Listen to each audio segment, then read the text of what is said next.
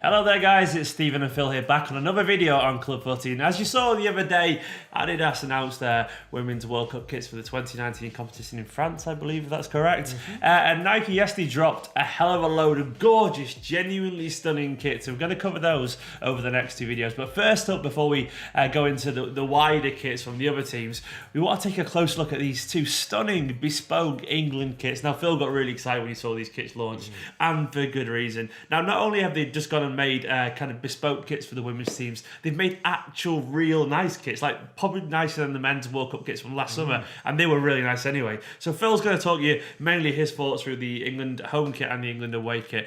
Phil, we'll start on the England home kit because it's improved. Well, it's a different version on the one that we've got behind us there on the wall, which is the home kit from last summer for England's men's team. But go on, what's your thoughts on this? Yeah, this one, I think in general, the women's kits, we talked about them before, they've caught me by surprise because there's been a lot of really nice changes. Now, the home kit, you look at it first, it probably doesn't stand out as drastically different, but I do like the tweaks. I mean, this is the kind of thing which I was hoping for, because at the end of the day, you know, England home kit, and of course most national team kits, do tend to stay pretty close to the status quo, particularly England. So of course this one is, in terms of the main body of the shirt, it's an England shirt, very similar to the men's one. Yeah. But I do really like the addition of the cuffs. Likewise, Really it's nice, isn't it? The little black-red kind of free stripe thing. That's interesting, isn't it? Well, what I like, and I don't know exactly what the colour will be, but from the picture, it looks very much like that darker red that you see on the cuffs. That sort of looks a bit like the away kit shade. So I like that, a little sort of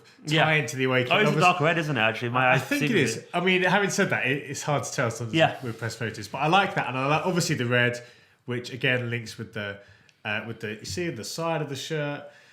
So I really like this two-tone red thing that they've got going on. Obviously, you know, the other details of the kit in terms of the numbers and stuff, I really like actually. Again, an underrated part of the England men's kit. So really good women's kit, a really good home kit. I love that as well, that they've just gone for a bespoke kit in general. That's a wider comment, but it's great that they've really made an effort for these women's kits. And you can tell because they are different. I mean, to me, that England kit does feel relatively unique. I don't think I've seen that design like that for a while. You know, I'm not saying it's full of originality and it's crazy different, but it isn't like an idea of that kind of, you know, two-tone thing. No, you're right. I've seen for a while. You're right. So, it's not. I off the top of my head, I can't recall that exact design. No. And you're right, it's a simple but effective move. It's the away kit though where this really shines, because this is absolutely beautiful. I mean, it's just, why don't shirts do this more often? We talked last year about that infamous China kit that never got worn on the pitch, where it had that gorgeous dragon print. It's like a black shirt with like a silhouetted dragon print on it. And I love it when shirts do this, when they have a gorgeous texture that adds loads to it.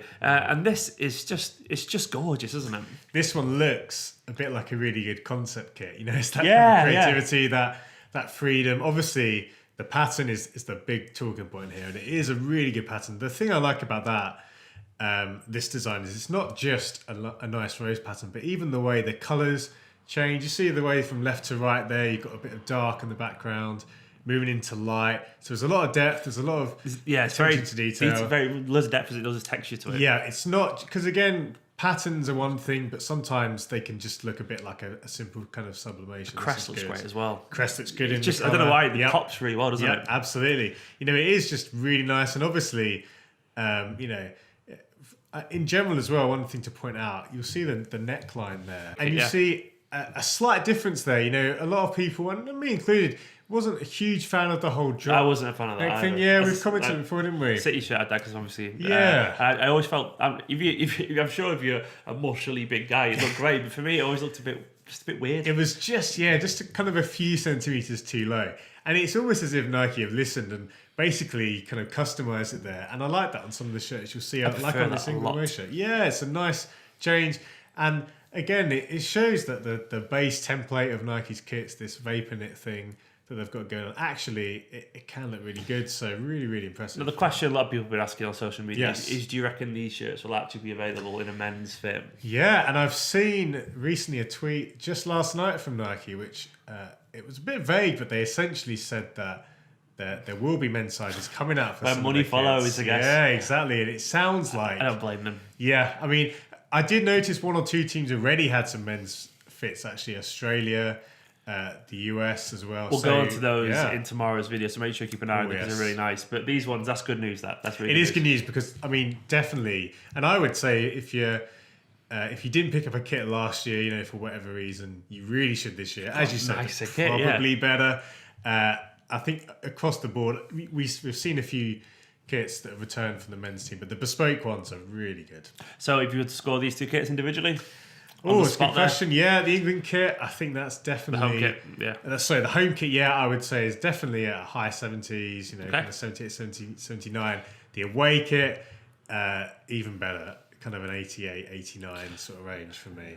Absolute beautiful kits, and Phil's very happy with them, and I'm very happy with them too. There will be more kit videos coming up for the Women's World Cup. There'll be one tomorrow where we look at all the Nike releases, and there's also one from Adidas the other day, so go and watch that. But anyway, let us know what you make of these kits in the comments below. It's going to be a great year for women's kits and for women's football, hopefully as well. Anyway, make sure you subscribe if you're not already. I'm Stephen, this is Phil, and we will see you soon.